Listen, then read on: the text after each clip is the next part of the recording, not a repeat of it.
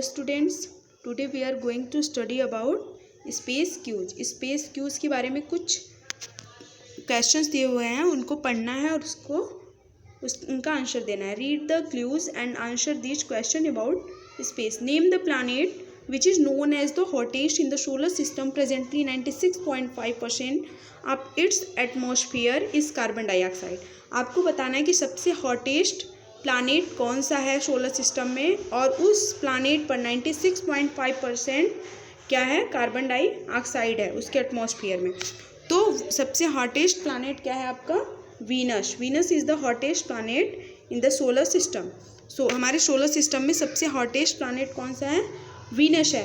लेकिन ऐसे देखें तो ये सन हो गया आपका। सन के अगर नियरेस्ट में देखें तो सबसे पास में आपका क्या होता है, मरकरी, फिर वीनस, देन अर्थ, मार्स। मार्स के बाद आपका सब क्या आता है, जुपिटर, सैटर्न, यूरेनस, फिर उसके बाद आपका आ जाता है Neptune. Mercury, Venus, earth, Mars, Jupiter, Saturn, Uranus and Neptune, ये इनका जो ऑर्डर है, ठीक है। इतनी सबसे नज़दीक ये, फिर उससे दूर, फिर उससे दूर, फिर उससे दूर होता है। तो मरकरी इसके सबसे नज़दीक होता है। तो फिर ये क्यों नहीं इतना हॉट होता है, जबकि ये वाला जो आप देख रहे हैं ये ज़्यादा आपका हॉटेस्ट है, ये वाला प्लैनेट।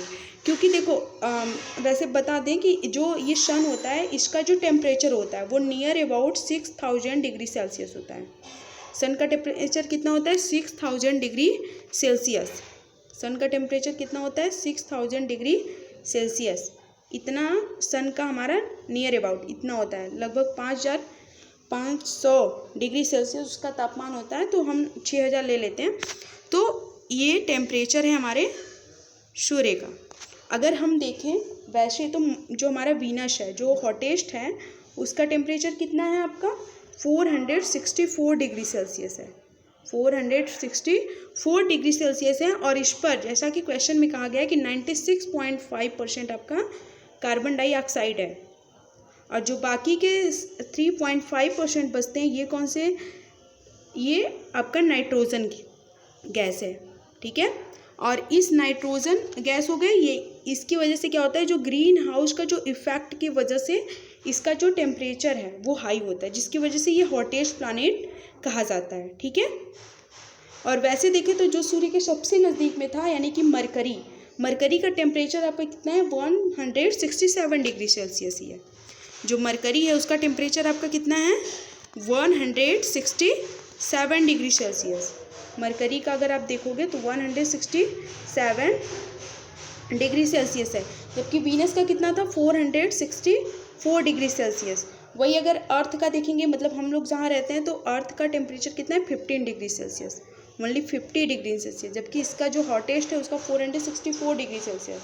वही मार्स में अगर आप देख लोगे तो 65 डिग्री सेल्सियस उसका टेम्परेचर है। जुपिटर में आओगे तो 110 डिग्री सेल्सियस है। सैटर्न का 140 डिग्री सेल्सियस है, ठीक है। इसी के अकॉर्डिंग है, मतलब ये सब जो उसके बाद आते हैं ये सब माइनस में हो जाते हैं, यानी कि जो मार्स है वो -65 डिग्री सेल्सियस हो जाता है, इसका -65 डिग्री सेल्सियस है। जुपिटर का -110 डिग्री सेल्सियस हो जाता है, ठीक है। सैटर्न का -140 डिग्री सेल्सियस हो जाता है। और जो नेपच्यून है, जो सबसे कोल्डेस्ट प्लैनेट कहा जाता है, उसका टेम्परेचर -200 डिग्री सेल्सियस है, ओके। तो नेक्स्ट क्वेश्चन पर आते हैं हम लोग। On which planet is Olympus Mons the largest volcano in the solar system located. किस प्लैनेट पर, ऐसा कौन सा प्लैनेट है जहाँ पर ओलंपस मैंस, जो कि लार्जेस्ट वॉल्केनो है, सोलर सिस्टम का लार्जेस्ट यानी सबसे लार्जेस्ट, सबसे बड़ा वॉल्केनो है, वो है आपका सोलर सिस्टम पर, जिसका नाम है Olympus Mons. Olympus Mons is the largest volcano in the solar system. ये किस प्लैनेट पर लोकेटेड है, ये आपको आंसर बताना है। तो it is located in Mars. ये कहाँ पर है, मार्स प्लैनेट पर है।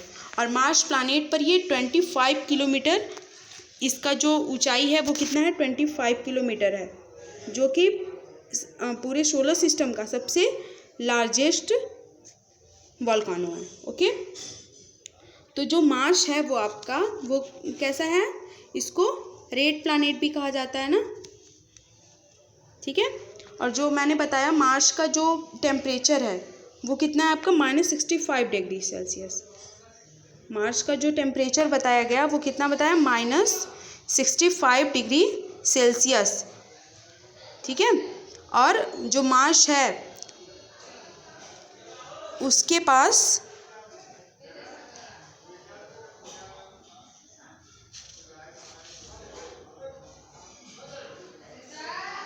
कुल 27 नक्षत्र हैं।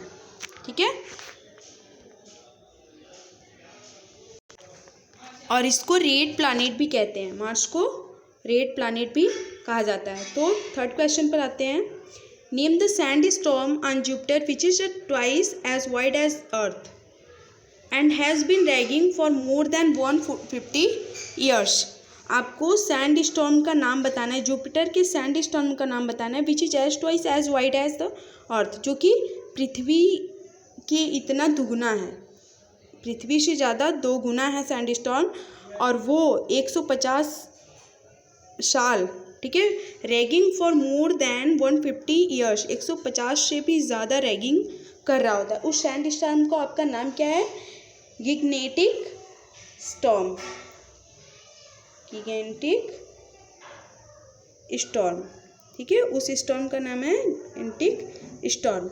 अगर जुपिटर को देखें तो Jupiter is the largest planet on the earth on the solar system. Solar system पर सबसे ज़्यादा बड़ा प्लैनेट कौन सा है आपका, जुपिटर। और इसको येलो, इसका जो कलर है जुपिटर का, ये किस कलर का है, येलो कलर का है। ठीक है। और सबसे सोलर सिस्टम में सबसे ज़्यादा सैटेलाइट भी जुपिटर के पास ही है। ठीक है, 12 सैटेलाइट है। ओके, नेक्स्ट क्वेश्चन आपका क्या है। The Hubble Space Telescope found evidences of an atmosphere on one of Jupiter's moons, which is also the largest satellite in the solar system. Name the moon. जो Hubble space telescope है, ठीक है, जो एक atmosphere वातावरण में पाया गया, जो कि जुपिटर का ही एक चांद है, द हबल स्पेस टेलीस्कोप। ठीक है, which is also the largest satellite in the solar system, जो सोलर सिस्टम का सबसे बड़ा सैटेलाइट है, यानी सबसे बड़ा उपग्रह है, जो कि सबसे ज़्यादा जुपिटर के पास भी है सबसे अधिक। और नेम द मून, उस मून का क्या नाम है, एविडेंस कुछ मिले हैं उसमें प्रमाण कि ये सबसे बड़े सैटेलाइट हैं पूरे सोलर सिस्टम के, तो उसका नाम क्या है आपका, गैनीमेड। उस सैटेलाइट का नाम क्या है जो सोलर सिस्टम में सबसे ज़्यादा बड़ा है, गैनीमेड, गैनमेड। ठीक है, Ganymede is the largest satellite in the solar system. ठीक है, और हमारे अर्थ का सैटेलाइट कौन है, मून। नेक्स्ट क्वेश्चन क्या है। Scientist have proposed a model which states that the universe was created 13.8 billion years ago due to a state of high temperature and density. जो साइंटिस्ट यानी वैज्ञानिक है, उन्होंने प्रपोज किया एक model which state that the universe was created 13.8 billion years ago, जो कि 13.8 billion साल पहले ही बनाया गया था। ठीक है, due to a state of high temperature, high temperature और डेंसिटी की वजह से उसको बनाया गया। ठीक है, उस मॉडल को, और उस मॉडल का नाम क्या है आपका,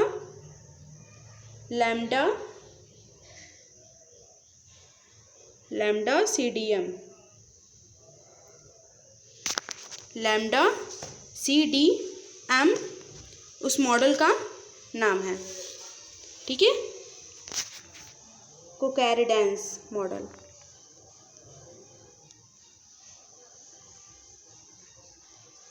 लैम्डा सीडीएम कोकैरिडेंस मॉडल उस मॉडल का नाम है। ठीक है, lambda CDM कोकैरिडेंस model.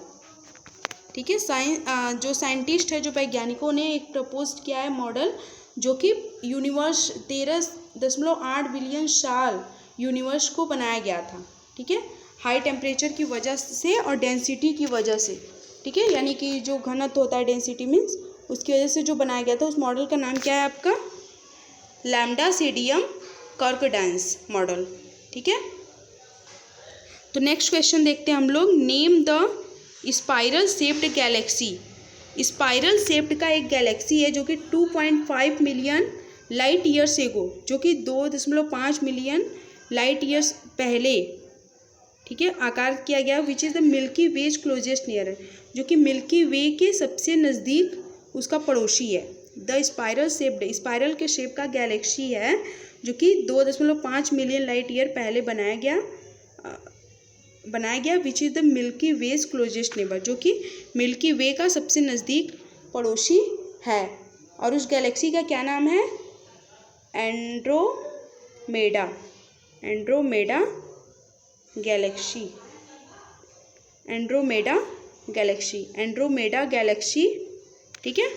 Andromeda galaxy is the spiral shaped galaxy 2.5 million light years away which is Milky way's closest neighbour.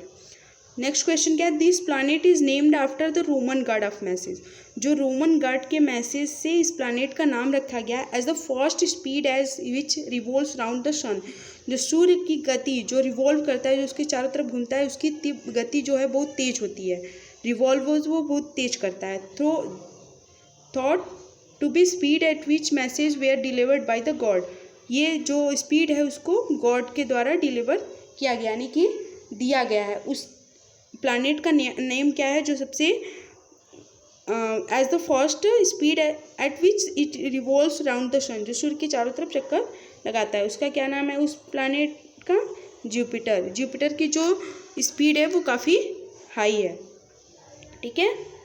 And last question है आपका, this term was coined by John Wheeler to refer the strong gravitational field left behind when a star dies, ठीक है, which is so powerful that not even light can escape it, ठीक है। This term was coined by John Wheeler, जो John Wheeler के द्वारा coin किया गया था, to refer the strong gravitational field, जो कि left behind when a star dies, जब कोई स्टार डाइज यानी कि ख़त्म हो जाता है, चला जाता है, तो उसके ग्रेविटेशनल फील्ड पर, यानी जो चुंबकीय तत्व होता है उसके पीछे वो घूमता है। Which is so powerful that not even light can escape it, जिसको लाइट एस्केप नहीं कर सकता है, तो उसका क्या नाम है? Black hole.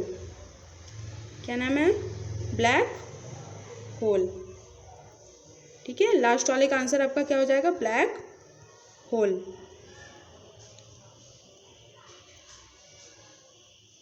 Okay, I hope you understand this. In order to measure the huge distance in space, scientists use a unit called an, ठीक है, ये टिडबिट्स हैं, इनको भी स्टडी करना है आप लोगों को। फिर thank you all of you.